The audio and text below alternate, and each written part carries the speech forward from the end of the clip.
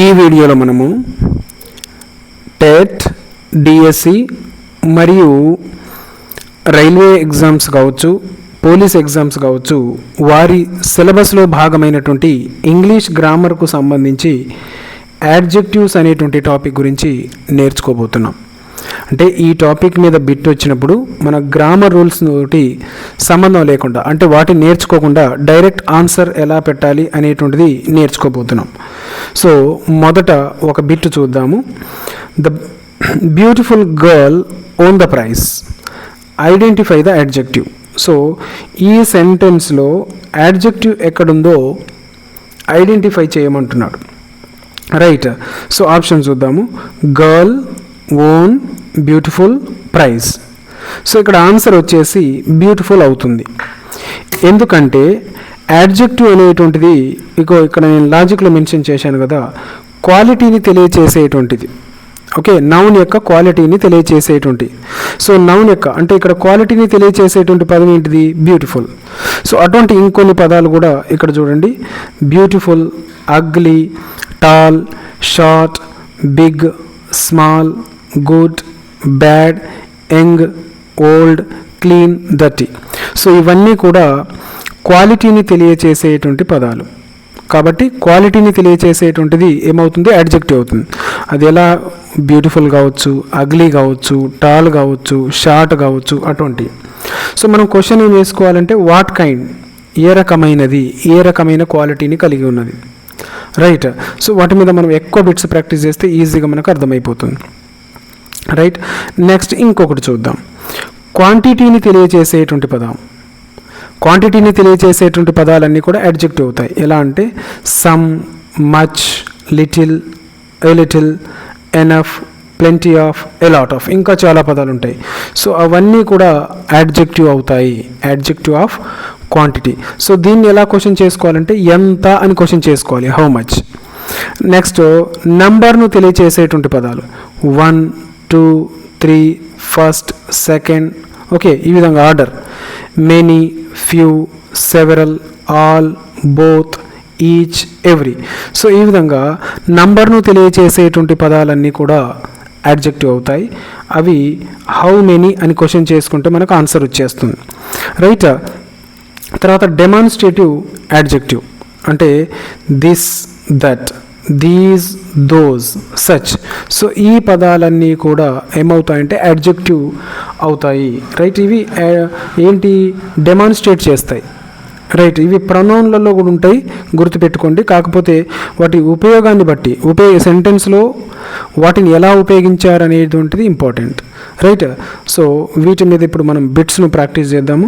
బిట్స్ను practice చేసే ముందు ఇంకా మా ఛానల్ని ఎవరైనా సబ్స్క్రైబ్ చేసుకోకపోతే తప్పకుండా సబ్స్క్రైబ్ చేసుకోగలరు. సో ఇంగ్లీష్ గ్రామర్కు సంబంధించి అన్ని టాపిక్స్ మీద నా ఛానల్లో లాజికల్ వీడియోస్ కలవు. ఇది మళ్ళీ కొత్త సిరీస్. అంటే అందులో మిస్ అయినటువంటి లాజిక్స్తో పాటు ఇంకొన్ని అదనపు లాజిక్స్తో కలిపి ఈ సిరీస్ను స్టార్ట్ చేయడం జరిగింది. అది గమనించగలరు. కావాలనుకున్న వాళ్ళు పాత వీడియోస్ కూడా చూడవచ్చు. అవి ఒక ప్లేలిస్ట్లో పెట్టి ఉన్నాను. సో నెక్స్ట్ బిట్ చూద్దాము. Ravi is a tall boy. Ravi is a tall boy. Right. So ఇక్కడ గమనించండి, రవి ఎటువంటి బాయ్. రైట్.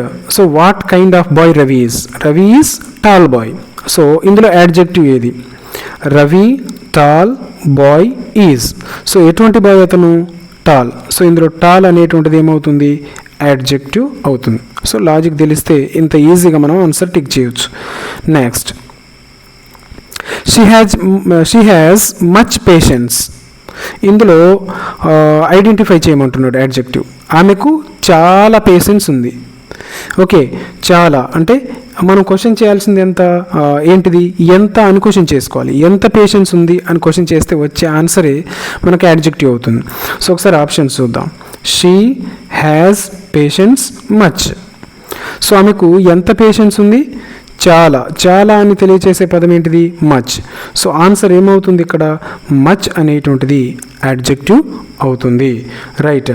ఇక్కడ గమనించండి, ఇదిగోండి మచ్. రైట్. ఎంత అని క్వశ్చన్ చేసుకోవాలి. How much. Right. Next 3 boys are playing cricket. So ఇందులో యాడ్జెక్టివ్ను ఐడెంటిఫై చేయమంటున్నాడు. 3 బాయ్స్ మనం ఆల్రెడీ యాడ్జెక్టివ్ ఆఫ్ నెంబర్లో నేర్చుకున్నాం కదా. నంబర్స్ కనుకుంటే అదేమవుతుంది, యాడ్జెక్టివ్ అవుతుంది. సో ఒకసారి ఆప్షన్ చూద్దాం. Boys playing 3 cricket. ఇందులో యాడ్జెక్టివ్ ఏమవుతుంది ఇప్పుడు గమనించండి. నెంబర్ను తెలియచేసే పదం ఏది, 3. సో ఇది యాడ్జెక్టివ్ అవుతుంది. సో 3 అనేటువంటిది యాడ్జెక్టివ్. అందులో కూడా ఏ యాడ్జెక్టివ్ అది, adjective of number. This book is interesting. This book is interesting. So ఇందులో ఐడెంటిఫై చేయమంటున్నాడు. సో మనం ఏం క్వశ్చన్ చేసుకోవాలి, ఇక్కడ చూడండి. Which book is interesting, this book is interesting. So answer అదవుతుంది. ఆప్షన్స్ చూద్దాం. Book, interesting, this is. So answer ఏమవుతుంది ఇప్పుడు, విచ్ తోటి క్వశ్చన్ చేస్తే వచ్చేదే ఆన్సర్ అవుతుంది. సో గమనించండి, a book, this book. So this అనేటువంటిది ఆన్సర్. ఇదిగోండి. Next, he is a good teacher. Identify the adjective. Right. So ఇందులో యాడ్జెక్టివ్ ఏది అంటున్నారు. Right. He is a good teacher. ఎలాంటి, what kind. Right. What kind, దీంతో question చేసుకోవాలి. What kind of teacher he is. Okay, దానికి వచ్చే ఆన్సరే, ఆ క్వశ్చన్కి వచ్చే ఆన్సరే యాడ్జెక్టివ్ అవుతుంది. Teacher, good, he is. Right. He is. So ఎటువంటి టీచర్ అయినా good teacher. So answer is good. Next, there is little water in the glass. There is little water in the glass. So identify the adjective. Water, glass, little, there. So ఇందులో ఎంత water, how much అనేటువంటిది ఇక్కడ question చేసుకోవాలి. ఇగో how much, ఎంత, little. So answer ఏమవుతుంది, ఎంత, little. Right. So ఇది answer. Next, many students attended the class. Many students attended the class. Right. Adjective ఏంటిది అంటున్నాడు. Students, class, attended, many. Right. Many students attended the class. ఎంతమంది. Okay, ఇక్కడ మనం how many students అన్నాడు కదా. So గమనించండి, how many అని question చేసుకోవాలి. అంటే ఎన్ని స్టూడెంట్స్ అంటే ఎంతమంది స్టూడెంట్స్. సో ఆన్సర్ వచ్చేసి మెనీ అవుతుంది. సో చూడండి, హౌ మెనీ. సో ఆన్సర్ అది అవుతుంది. యాడ్జెక్టివ్ ఏంటిది, మెనీ. నెక్స్ట్, గ్రామర్ రూల్ ఎన్ని నేర్చుకున్నా లాజిక్ను ఫాలో అవ్వకపోతే ఆన్సర్స్ను మనం కరెక్ట్ చేయడానికి అవకాశం ఉండదు. So those flowers are beautiful. So ఇందులో గమనించండి, యాడ్జెక్టివ్ ఎక్కడుంది. Those flowers are beautiful. So గమనించండి, ఇక్కడ యాడ్జెక్టివ్ వచ్చేసి flowers, beautiful, those are.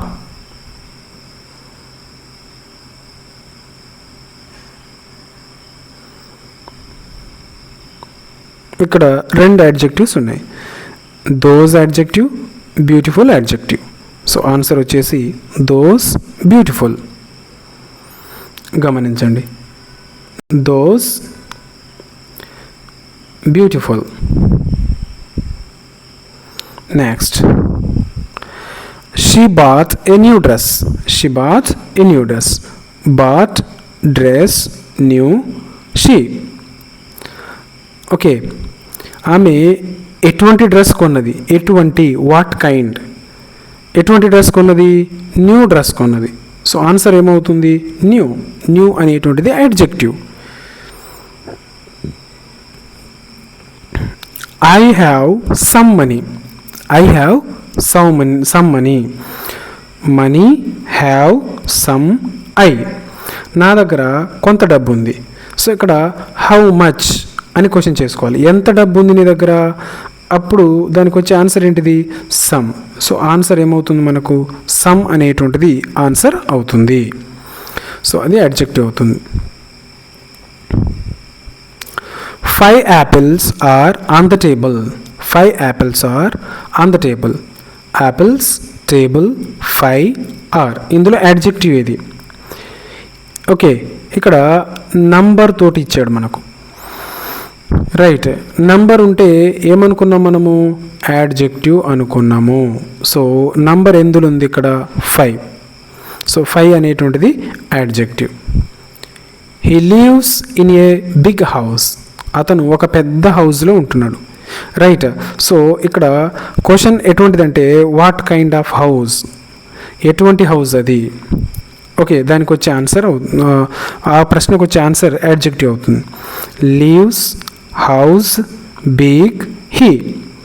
So ఆ ప్రశ్నకు వచ్చే ఆన్సర్ ఏంటిది? ఎటువంటి ఇల్లు అది? పెద్ద ఇల్లు. సో పెద్ద ఇల్లు, పెద్ద అనేటువంటి word correct answer.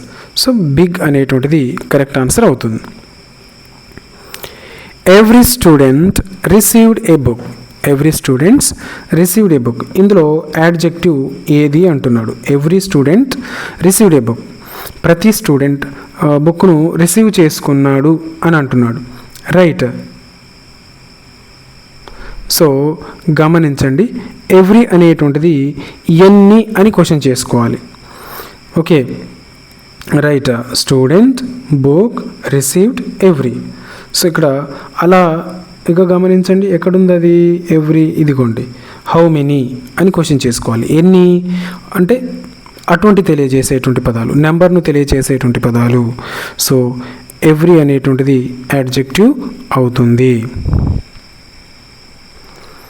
Next,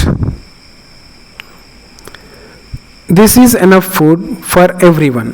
this is enough food for every one. ప్రతి ఒక్కళ్ళకి ఈ ఫుడ్ సరిపోతుంది అని అంటున్నాడు. సో ఇందులో యాడ్జెక్టివ్ ఏది అంటున్నాడు? So sorry, there is enough food for every one. So దీనికి ఆన్సర్ ఏది అంటున్నాడు? Food, every one, enough, there.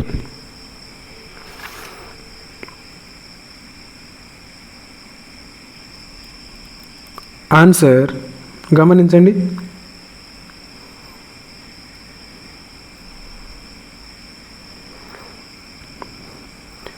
వెతుకుదాము. గమనించండి, ఇందులో ఆన్సర్ వచ్చేసి ఎనఫ్ అవుతుంది.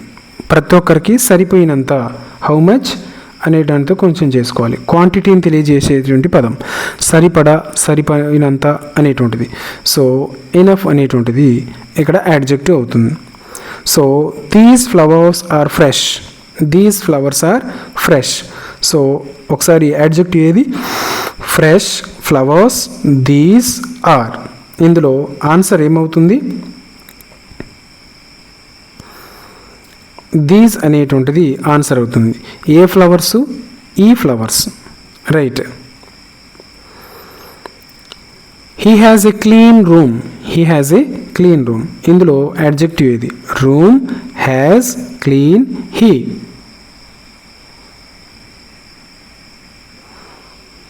Answer C. ఎటువంటి రూమ్ అది? ఎటువంటి, వాట్ కైండ్, క్లీన్.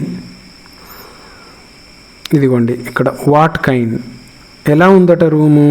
రైట్, క్లీన్గా ఉంది. Right, what kind, clean. So మీరు ఈ టేబుల్ని గుర్తుపెట్టుకుంటే చాలు.